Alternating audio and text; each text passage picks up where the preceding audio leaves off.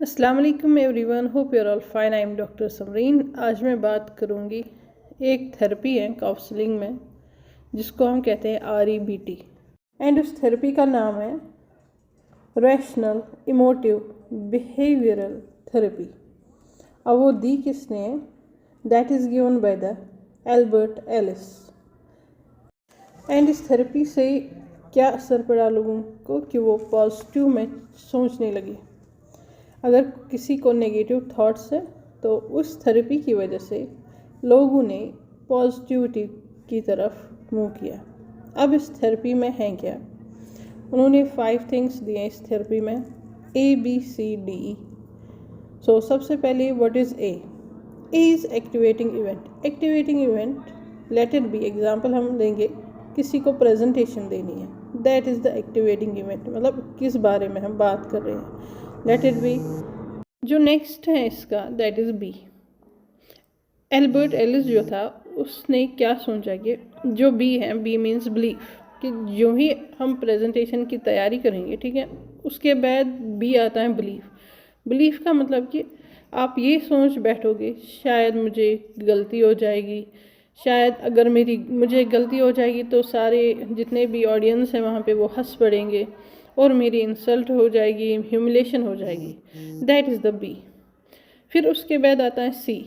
सी का मतलब है कॉन्सिक्वेंसेस। कॉन्सिक्वेंसेस मतलब इम्पैक्ट आप पे उस चीज़ का जो आपने खुद ब खुद बनाए थॉट्स अपने अंदर। एक तो प्रेजेंटेशन तैयार करनी है, ठीक है, उसके बाद आपने सोचा नहीं जी अगर लोग हंसेंगे, मेरी प्रेजेंटेशन गलत हो जाएगी तो क्या होगा। अब इस पर आपका इम्पैक्ट क्या पड़ेगा, consequences. C is the consequence. ये असर होगा, आप रोगे, आपको शिवरिंग होगी, आप नर्वसनेस फील करोगे और लास्ट में आप बोलोगे मैं प्रेजेंटेशन दूंगा ही नहीं या दूंगी ही नहीं, ठीक है। After that is next point, that is D. D is the disputation. Disputation का मतलब है कि मैं क्यों मतलब ये मानूं कि लोग हंसेंगे। मिस्टेक्स तो बड़ी बड़ी स्पीकर्स को होती हैं। अब मुझे पहली बार जाना है या दूसरी बार, मिस्टेक्स तो होती रहती हैं, that is a part of the life. तो अब हम इसी बिलीफ पे क्यों रहेंगे कि शायद लोग हंसेंगे। हो सकता है वो आपको एनकरेज करेंगे, वो नहीं हंसेंगे, वो आपसे मोटिवेट हो जाएंगे कि हाँ जी चलो स्टेज पे फिर भी चढ़ा से बंदा। That is a disputation. Now another is E. E का मतलब है effective new belief. Effective new belief का मतलब, अब आप पहले तो स्टार्टिंग में आपने बोला चलो प्रेजेंटेशन दूंगा, उसके बाद शायद सब हंसेंगे, वो होगा ये होगा।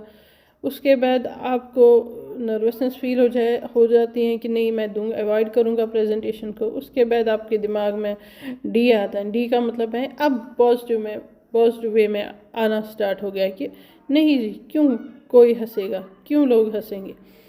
ई इफेक्टिवनेस। इफेक्टिवनेस यानी अब आप क्या बोलोगे, हाँ जी होती है मिस्टेक, इसमें क्या है, mistakes are the part of the life, कभी तो परफेक्ट बंदा होता नहीं है। तो उसके बाद आप बोलोगे नहीं मैं दूंगी प्रेजेंटेशन या दूंगा presentation, I will do my best, मैं कुछ अच्छा करके जाऊंगा। अगर गलती भी हो गई सेकेंड टाइम नहीं होगी, चलो अगर होगी भी उस टाइम भी थर्ड टाइम नहीं होगी, बट अवॉइड नहीं करना है या नर्वसनेस फील नहीं करना है। दिस इज़ द थेरेपी जिसको हम कहते हैं REBT therapy. Hope you got this video. अब दूसरी एग्जांपल अगर हम देखेंगे इसमें, दैट इज़ द मैथमेटिक्स का, या किसी सब्जेक्ट में बच्चा फेल होता है, ठीक है। ए का मतलब है मैथमेटिक्स में बंदा फेल हो गया। अब बी बिलीफ इसको बनेगा नहीं जी शायद मैं सक्सेसफुल बंदा नहीं हूँ, मैं फेलियर हूँ। अब ये नेगेटिव में जा रहा है। अब कॉन्सिक्वेंसेस क्या होंगे इसमें, या तो ये बंदा पढ़ना ही बोलेगा मैथ से डर लगता है, मैथमेटिक्स से डर लगता है, मैं नहीं पढ़ूंगा, मैं ये सब्जेक्ट नहीं लूँगा, मैं क्या करूँगा आगे जाके। और ये आहिस्ता आहिस्ता इसके जहन में नेगेटिव थाट्स आते हैं। अब उसके बाद डी आएगा डिस्प्यूटिंग। अब ये बोलेगा नहीं क्यों, मैं कर सकता हूँ, अगर मैंने थोड़ी और मेहनत की मैं कर सकता था, ये हो सकता है कि मैं आगे बढ़ सकूं। And E is the effective. Effective मतलब अब ये बंदा अवॉइड नहीं करेगा। मैं ई जो है, अब ये बंदा जो है मैथ्स को अवॉइड नहीं करेगा। अब ये क्या बोलेगा, मैं प्रैक्टिस करूँगा, मैं अगर 10 पार्ट, एक पार्ट के बदले 10 पार्ट की प्रैक्टिस करूँगा, तब मैं परफेक्ट बन सकता हूँ, तब मैं फेल नहीं हो जाऊँगा। चाहे कम मार्क्स आए नेक्स्ट टाइम, थर्ड टाइम ज़्यादा मार्क्स आ सकते हैं। दैट मीन्स यहाँ पे ये थेरेपी जो है बिहेवियर थेरेपी बहुत ही अच्छी थेरेपी है जो एलिस ने दी है।